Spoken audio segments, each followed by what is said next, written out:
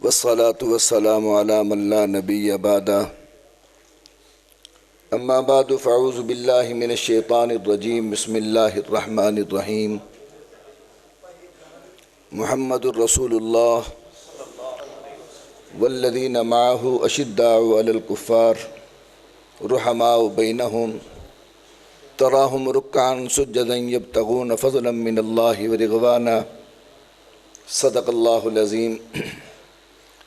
قابل صد احترام علماء کرام، میرے محترم دوستوں اور بزرگوں، حکماً مجھے کھڑا کر دیا گیا۔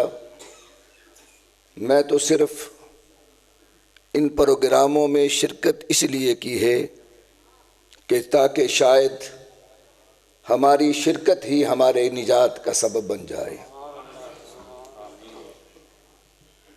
میرے محترم، آج ضرورت اس بات کی ہے کہ ہمارے اندر یکجہتی ہو جائے۔ وجہ کیا ہے؟ آج مجھ سے پہلے حضرت ارشاد فرما رہے تھے کہ وہ لوگ کیا تھے جن کی کیفیت یہ تھی کہ جن سے جنگل کے درندے بھی ان کا کہا مانتے تھے، کسریٰ اور قیصر بھی ان کے سامنے لرزہ بر اندام تھا، اور آج میری اور آپ کی حالت یہ ہے کہ ہماری اولاد تک ہمارے بس میں نہیں ہے۔ وجہ کیا ہے؟ صرف ایک ہی وجہ ہے، ہم نے اپنے رب سے ڈرنا چھوڑ دیا، اپنا تعلق چھوڑ دیا، جس کی وجہ سے ہر چیز نے ہم سے منہ موڑ لیا۔ آج ضرورت یہ ہے، عقیدہ توحید اس کا نام ہے کہ غیر اللہ کا ڈر ہمارے دل سے نکل جانا چاہیے۔ کیوں ڈرتا ہے ہم؟ حقیقت بیان کرتے ڈرتا کیوں ہے؟ کیا ہم نے پیغمبر کی ذات کو مشکلات میں نہیں دیکھا؟ ہم اس لیے ڈرتے ہیں کہ مشکلات آئیں گی، پریشانیاں آئیں گی۔ اگر یہ ہم نے ڈر ہے تو پھر ہمیں اپنے نبی سے رشتہ چھوڑ دینا چاہیے، پھر حق نہیں بنتا۔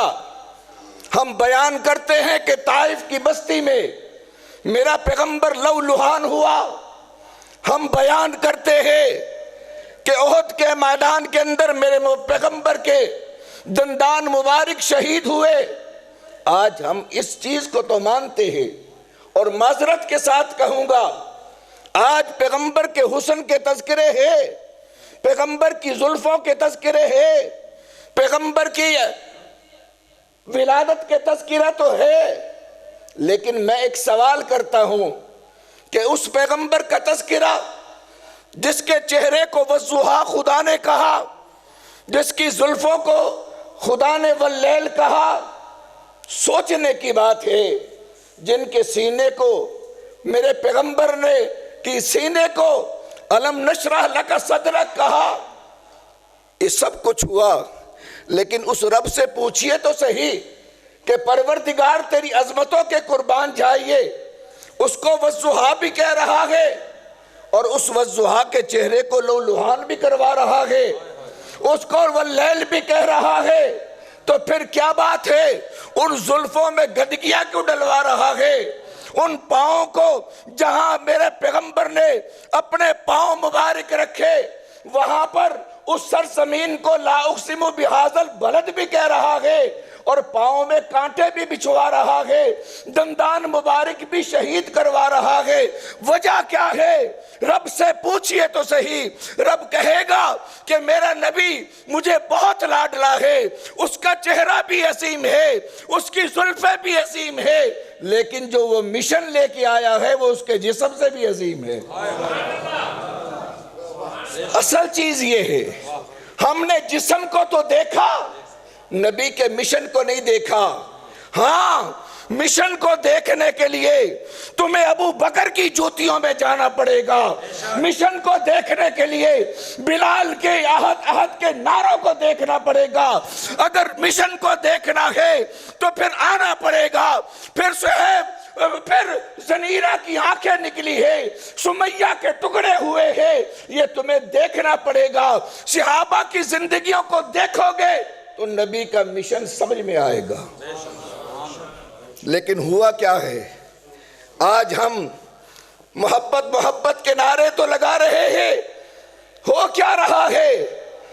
کیا ایمان سے بتائیے، ہم اس کو مصلحت سمجھتے، ہم کہتے نہیں جی، توہین رسالت سن کر، توہین صحابہ سن کر، توہین اہل بیت سن کر ہم آج یہ کہتے ہیں جی مصلحت یہ ہے کہ ہم لڑیں نہیں۔ اگر اس کا نام مصلحت ہے، میرا ایمان ہے میرے پیغمبر کے صحابہ میں سے سب سے صوفی مزاج آدمی ابو بکر صدیق ہے، لیکن اٹھاؤ، لا اقسم لقد سمع اللہ قول الذین قالوا ان اللہ فقیر کیوں اترا؟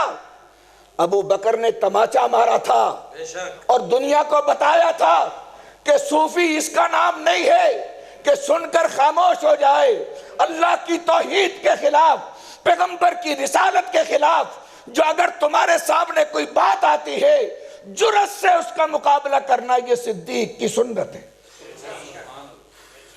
آج یہ سنت ہمارے دلوں سے نکل چکی ہے۔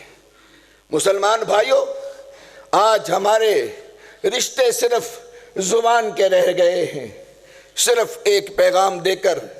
میرا کوئی مقصد تقریر کرنا نہیں تھا، لیکن اتنی بات آپ تک پیغام دوں گا کہ زور بازو آزما، شکوہ نہ کر صیاد سے، زور بازو آزما، شکوہ نہ کر صیاد سے، آج تک کوئی قفس ٹوٹا نہیں فریاد سے۔